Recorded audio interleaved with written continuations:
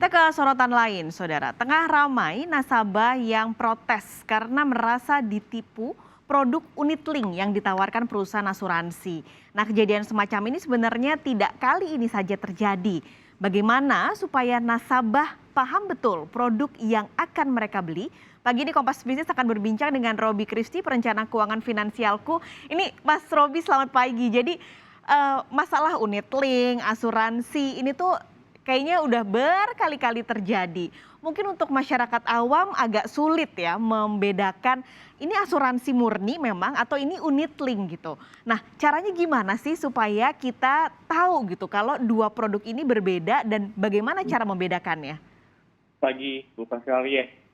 Ini udah bukan cerita baru ya. Mhm. Jadi beberapa kali dari dulu mengasih surat pembaca, kasir juga heboh ya. Dia sampai nginep di depan perusahaannya. Nah, salah satu yang paling gampang adalah teman-teman coba melihat nih. Di ilustrasi waktu kalian membeli polis asuransi, itu biasanya kalau dia unit link biasanya itu ada asumsi rendah, sedang, dan tinggi di dalam nilai investasinya.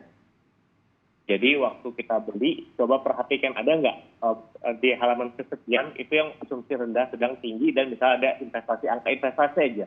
Oke. Seperti itu. Berarti kalau di prospektusnya sudah ada kata-kata investasi itu sudah pasti dijamin itu unit link. Betul. Oke, itu yang paling mudahnya ya. Tapi sebenarnya produk unit link itu tuh memang buruk kah? Kenapa sih semua orang tuh protes gitu? Apakah memang produk ini sebenarnya jelek gitu dibanding asuransi, Mas Robi? Oke, benar nggak ada yang produk yang jelek ya? Karena kalau produk yang jelek pasti nggak langsung OJK kan, nggak boleh jualan dong logikanya. Ya kan, tentunya ini kadang banyak kecewa karena apa yang dipikirkan dengan nasabah, dengan apa yang disampaikan dengan tenaga penjual itu tidak sesuai. Ya, jadi ibaratnya jual mimpi. Ya kan? Contohnya gimana nih, misalnya yang paling gampang. Bu, misalnya di bank gitu kan, ditawarin ternyata produk unit link. Ya kan, dia bilangnya, Bu, ini produk di atas deposito returnnya. Oke. Ya kan, cukup bayar 10 tahun, nanti dananya saya bisa 100 juta untuk dana pendidikan anaknya. Misal seperti itu. Ya tentunya kan buat nasabah oke banget dong, tapi kan tidak dijelaskan. Ya kan, tidak dijelaskan ada biaya di dalamnya. Gitu. Dan yang nilai 100 juta itu tidak pasti loh ya. Karena kan tergantung kondisi pasar saat nanti, kemudian seperti apa. Makanya dia selalu buat asumsi. Rendah sekian, sedang sekian, tinggi sekian. Jadi tidak ada garansi sebenarnya sama sekali untuk produk tersebut. Nah ini yang kadang akhirnya kecewa di belakang. Oke, tapi gimana caranya di awal supaya nasabah ini juga apa istilahnya ya nggak tertipu gitu dengan omongan dan janji-janji manis para agen ini? Karena ini kan jadinya oknum ya, Mas Robi, yang bikin bentuk unit link ini jadi kelihatannya buruk gitu image-nya. Oke, nah saranku adalah gini, jadi waktu nanti buku polis kita terima, sebenarnya semua nasabah asuransi punya hak untuk mempelajari isi polis selama 14 hari. Oke. Namanya free looking period.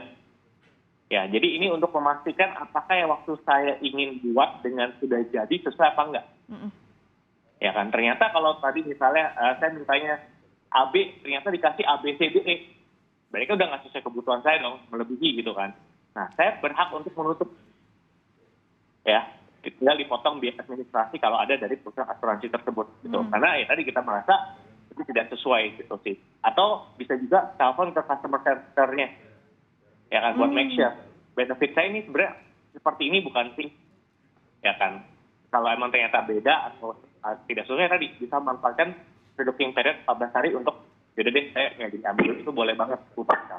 Oke, jadi memang mempelajari sendiri dan yang kedua adalah mencari second opinion ya dari pihak lain selain agen. Betul. Oke, misalnya nih ada masyarakat atau nasabah nih sekarang yang mulai ngecek portofolionya, mulai ngecek prospektusnya, ternyata itu unit link. Nah, ternyata hasilnya tidak sesuai dengan ekspektasi. Saya beri asumsi dan contoh saja, mungkin sudah menyimpan 4-5 tahun unit link ini. Nah, ini lebih baik dilepas atau ya udah pertahanin aja jalan terus sampai kesepakatan yang ditandatangani di awal. Oke, jadi nanti sebenarnya nanti tinggal dievaluasi lagi nih. Misal 4-5 tahun ini kebutuhannya seperti apa. Misalnya awalnya dia emang beli untuk jiwa dan kesehatan. ya kan. Tapi mungkin sekarang kesehatan kan inflasi makin tinggi ya. Mungkin tipe tadinya harga kamar, misal kamar 500.000 per malam, sekarang kan 500.000 per malam mungkin agak susah ya dapat satu kamar satu orang. Nah mungkin dia bisa perlu upgrade. Jadi enaknya unit link itu sebenarnya kayak pick and play nih. Jadi kalau dirasa udah nggak relevan kita bisa buang, atau kita perlu nambah silakan aja. Oke. Gitu. Jadi saranku sebaiknya jangan langsung ditutup. Karena kan kita tidak pernah tahu selama 5 tahun terakhir ini kita udah ada historis tertentu belum. Jangan sampai nanti kita tutup malah menyesal. Ternyata kena masa tunggu ulang ya. Atau ada kena pengecualian karena kondisi udah nggak sama lagi. Gitu. Jadi jangan buru-buru menutup sampai kamu tahu budget sekian masalah nggak. Kalau memang ternyata nggak masalah, kalau bisa nambah ya nambah aja. Tinggal nanti nambahnya sesuai apa unit lagi atau bisa ke tradisional saja. Itu.